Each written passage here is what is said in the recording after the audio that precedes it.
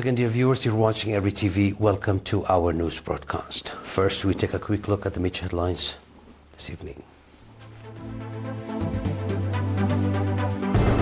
Resolve to enhance organizational capacity and contribution. Kohaito Award to outstanding students in Eritrea.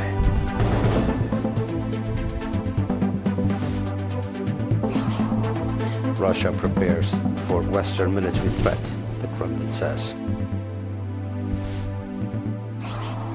India and Pakistan spar after blast rocks Islamabad. In our domestic news, nationals in Switzerland, the US and the Republic of South Africa conducted discussions aimed at enhancing organizational capacity and contribution to national affairs.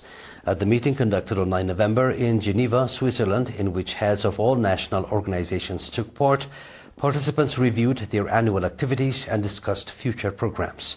The meeting, which coincided with the inauguration of the Nakfa Hall, was attended by about 150 heads of various national organizations.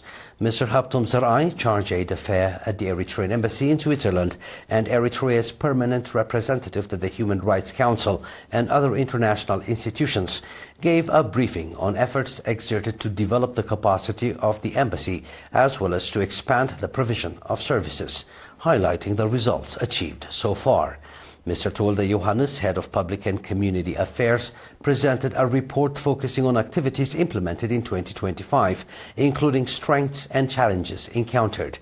He also outlined programs for 2026.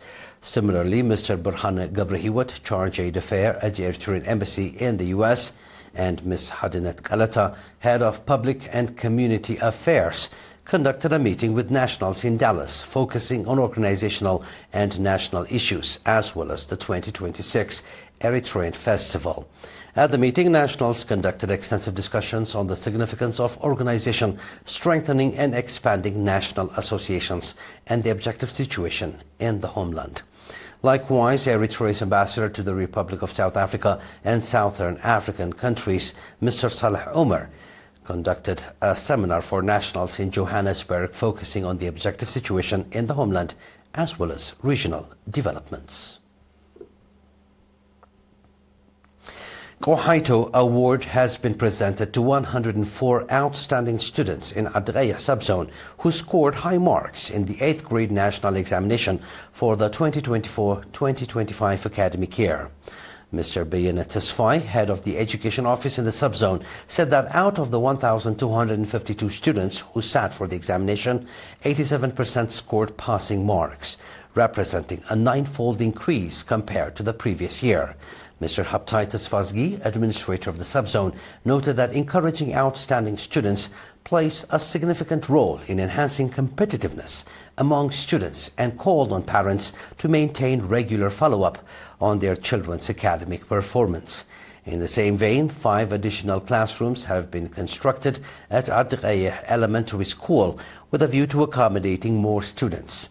Eritrea Elementary School, which includes kindergarten, currently provides educational service to 1,628 students. Legendary artist and patriot Bereket Bairu passed away on 12 November at the age of 84. Legendary artist Bereket Mengistab began his artistic career in 1961 by joining the then Emperor Haile Selassie Theatre in Addis Ababa. In 1973, he and his Eritrean colleagues formed the music group Maqaleh Gwaila over a career spanning more than 60 years. Legendary artist Bereket worked as a vocalist, poet, musician and composer, producing numerous classic songs. His works significantly contributed to the motivating of Eritrean youth to join the armed struggle for national independence. In 1958, artist Bereket joined the Haraka movement, and in 1975 he joined the Eritrean Liberation Front, serving as head of its cultural department until 1979. While living in Saudi Arabia in 1991, he established a musical band, BM, and contributed a number of songs aimed at raising awareness among nationals inside the country and abroad regarding the Eritrean people's liberation struggle for independence. Independent's legendary artist Bereket continued his artistic career under the Commission of Culture and Sports and contributed in the preservation of national sovereignty and nation-building process with his profession.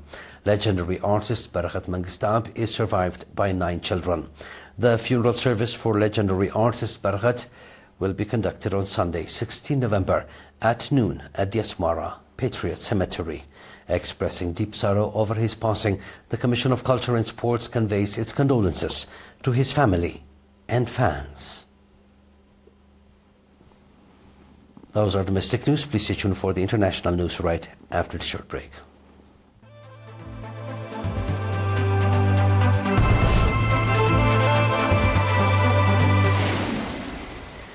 Moscow is aware that Western countries are rearming for a possible confrontation with Russia and is fully prepared for such a scenario, Kremlin spokesman Dmitry Peskov said yesterday.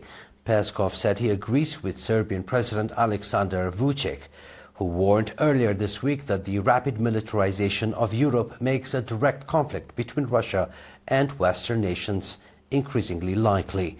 The EU's rearmament drive, involving hundreds of billions of euros in proposed spending, is being justified under the pretext of a Russian threat. Moscow, however, maintains that the claims are fabricated to divert public attention from the bloc's economic troubles and social discontent. Moscow views NATO's continued eastward expansion and the West's policies of confrontation as the root causes of the Ukraine conflict and Europe's current security crisis.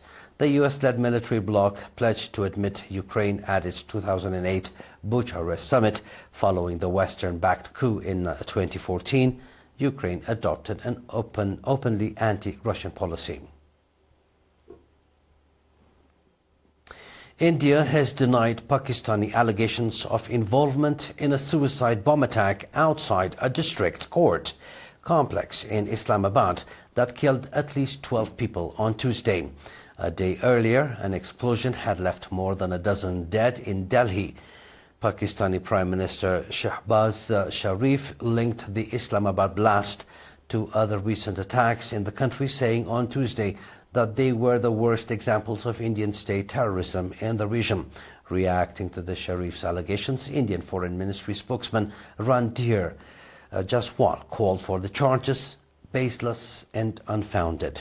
The Islamabad blast occurred while the Sri Lankan cricket team, the target of an armed attack in March 2009 by gunmen in Pakistan, was playing a match in Rawalpindi, barely 10 miles from the court complex. India has not blamed Pakistan for the Monday attack in Delhi, where an explosion in a car near the historic Red Front left 13 people dead and injured over 20 others. Another gloomy statistic on a gloomy day. The UK's unemployment rate has risen to 5%, its highest in 4 years. That's roughly 1.7 million people now looking for work. At the same time, nearly 1.7 million people are claiming unemployment benefits. Poverty is rising too, with millions living below the poverty line, many despite having jobs. Those critical of the UK's neoliberal economic model say this isn't just a temporary blip. Analysts speculate that over 15 million people are living in poverty in the UK. Please stay tuned for a recap of tonight's headlines.